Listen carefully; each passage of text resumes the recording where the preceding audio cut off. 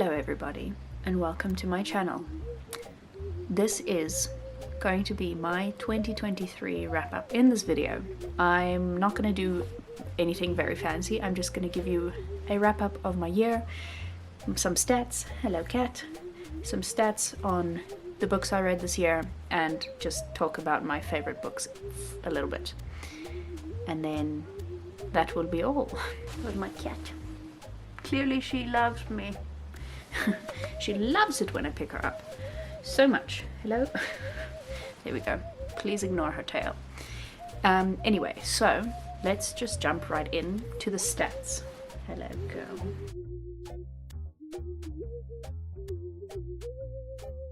This year I set out, my goal was to read 36 books. My actual goal was to read 3 books a month, but that equated to reading 36 books throughout the year. And I'm very happy to say that I read 37 books this year. I'm very happy about that.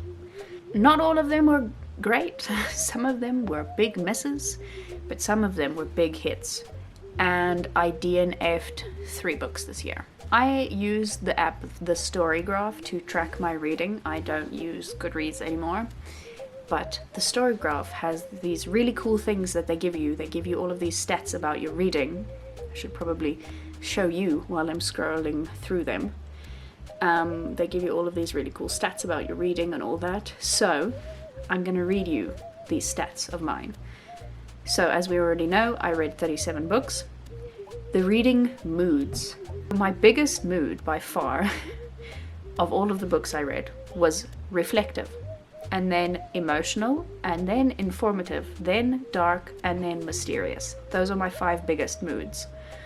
And then I have a whole bunch of other ones that are just very small sections. But my biggest mood, reading mood this year, was reflective books. Which is true, I really do like reflective books. With a little bit of nostalgia, a little bit of looking back into the past. Next we have the pace of the books that I read. They categorize them into slow, medium, and fast-paced. I read 29% slow-paced books, 57% medium-paced books, and 14% fast-paced books. So I'm at that happy medium-paced kind of book. Then they have a section by page number, and I read 42% books that were less than 300 pages, and 58% books that were between 300 and 499 pages. I did not read a single book that was 500 or more pages this year. Even though I really thought, when I saw this yesterday, I really thought The Devil in the Dark Water was more than 500 pages, but then I actually went and looked, and it's something like 462 pages, so it's not. But I'm planning on reading bigger books next year. But that's not for this video. And then they have split into fiction and non-fiction books. I read 68%, what am I saying? I can't even read.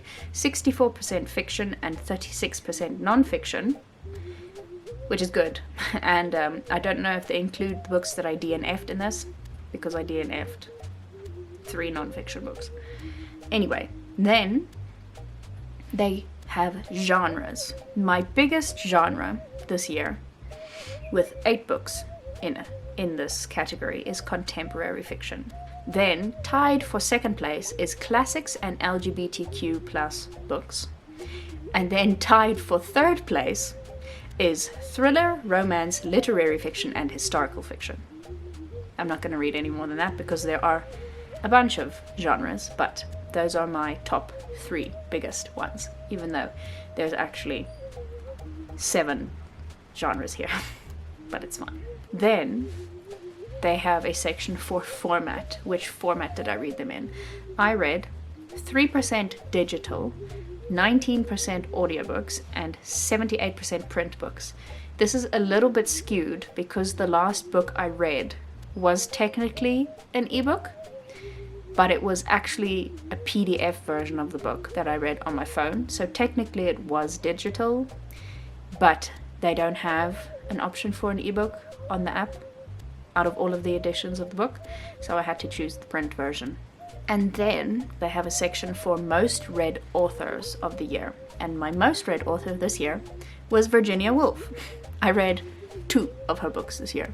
She's the only person of whom I read more than one book. Then they also have a section for languages, but I only read English books this year. I didn't read books in any other language. I read a bunch of translated books, but they were all translated into English.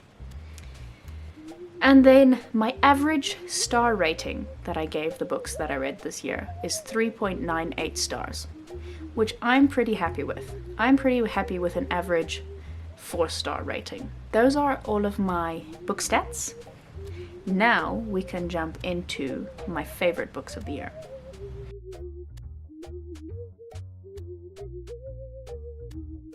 I have a little stack, and these are not all books that I gave 5 stars to.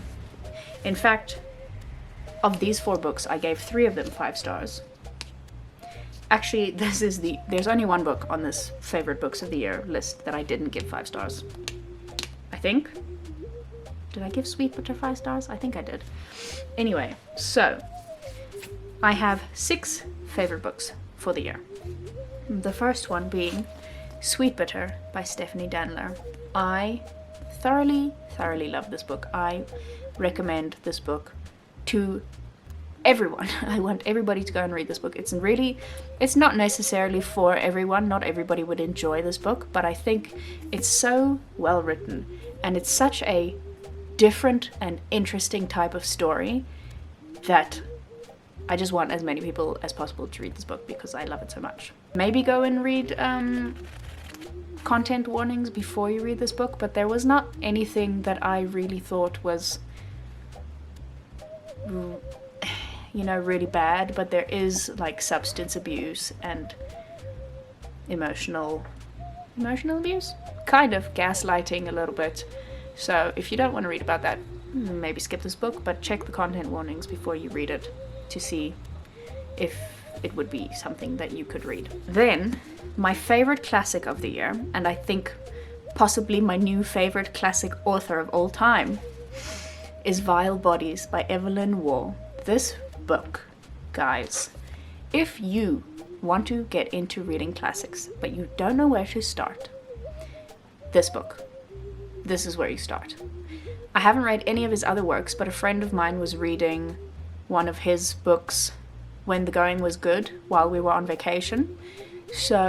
And she read me a couple of paragraphs and pages from the book because they're just so hilarious. It's more of a memoir, that book, but his writing style is so like he's just telling you a story. It's like you're sitting with your friend and he's telling you this crazy story that happened in his life, and it's phenomenal. So if you're looking for a place to start with classics, Evelyn Waugh is a good go-to.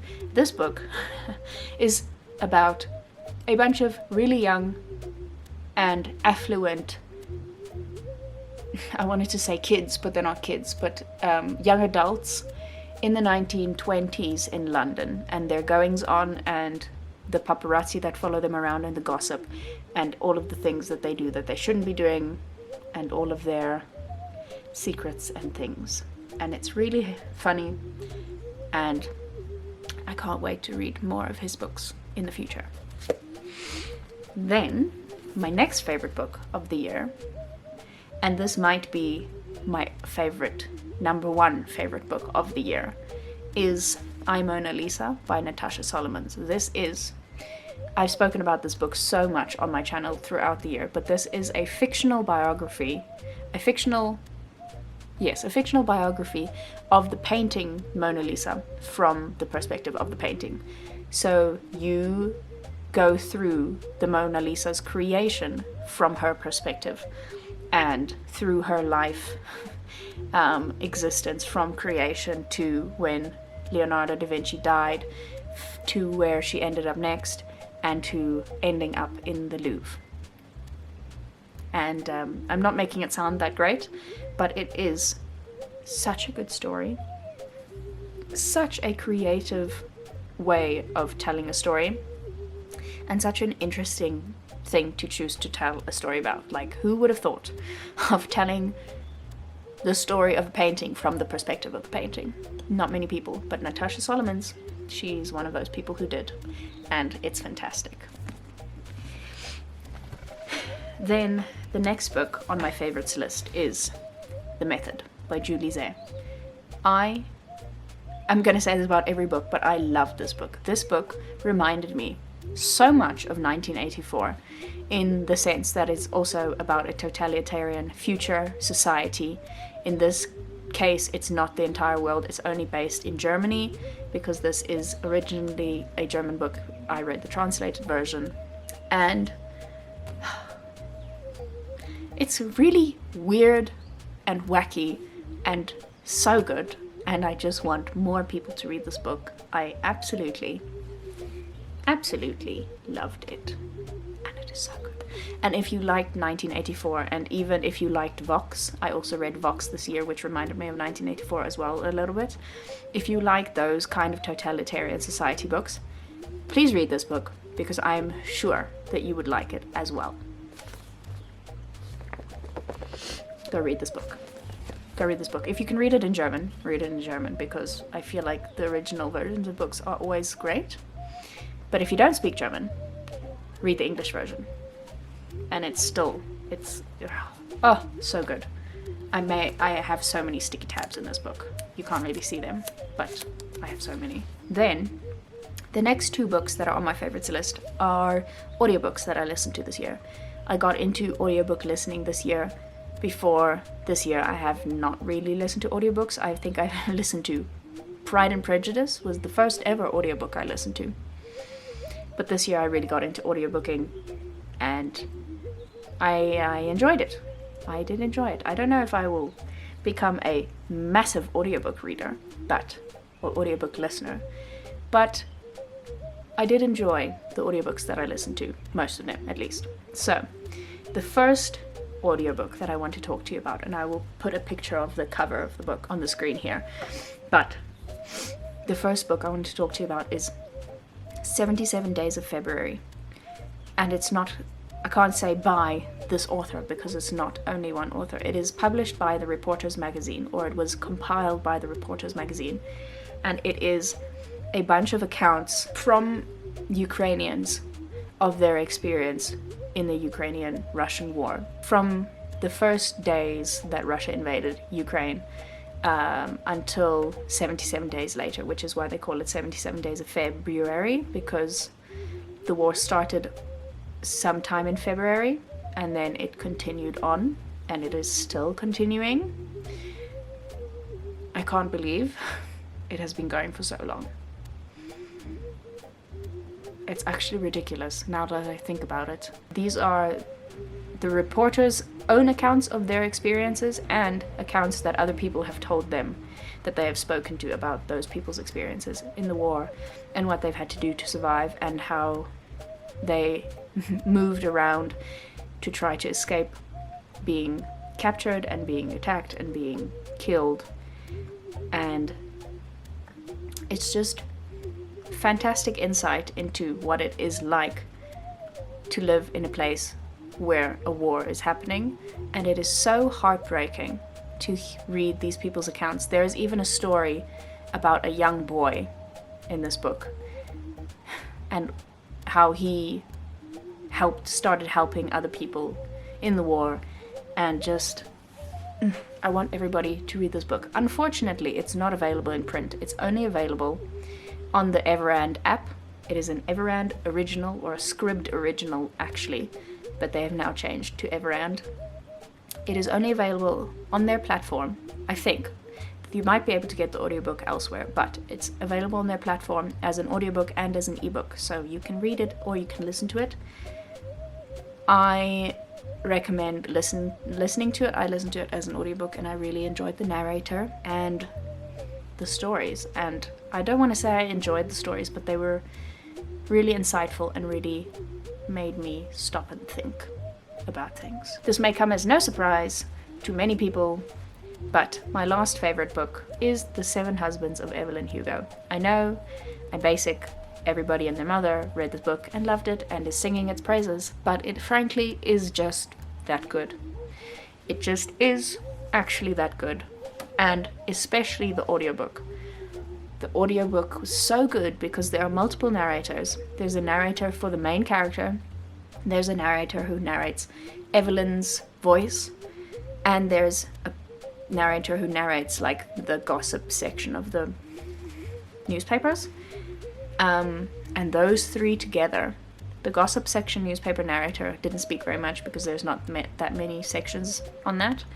But the narrator who narrated the main character, Monique, was Julia Whalen, if I'm not mistaken.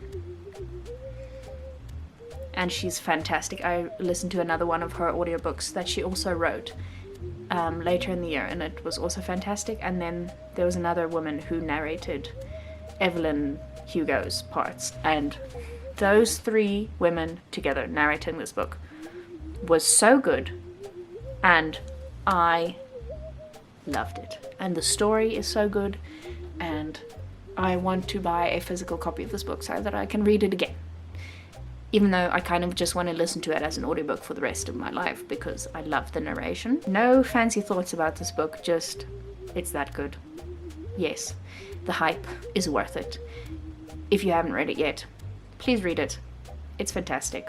Read it before the movie or series that they're making of it comes out, because it is going to be smashing. I really, really hope they cast Rita Moreno as Evelyn Hugo when she's older, because that would be fantastic. But if they don't, I will be slightly upset, but I will still watch the series. And also, Jessica Chastain wanted to also be part of the series. Apparently they said no to her. Don't know who in their right mind says no to Jessica Chastain, but maybe she will be in the series. We don't know. Anyhow, that's my little rant about my favorite books of the year. And I just wanted to say a big thank you to everyone who tuned into my channel this year, who watched my videos, who commented, who liked, who subscribed, who shared, and just for being here. Thank you. It means the world to me. I have a lot of fun making these videos for you, and I hope that you have fun watching them. Next year, which is tomorrow, next year is going to be a whole different ballgame. I have so many ideas for things I want to do next year on this channel, and I will be continuing some of the things that I started doing this year and will be abandoning others, but that's all to come, and I will talk about that more in my next video, which you will see very soon. So thank you all so much for being here. I hope you enjoy your New Year's Eve. Be responsible, be safe, and be merry. And I will see you again next year with my next video. Goodbye.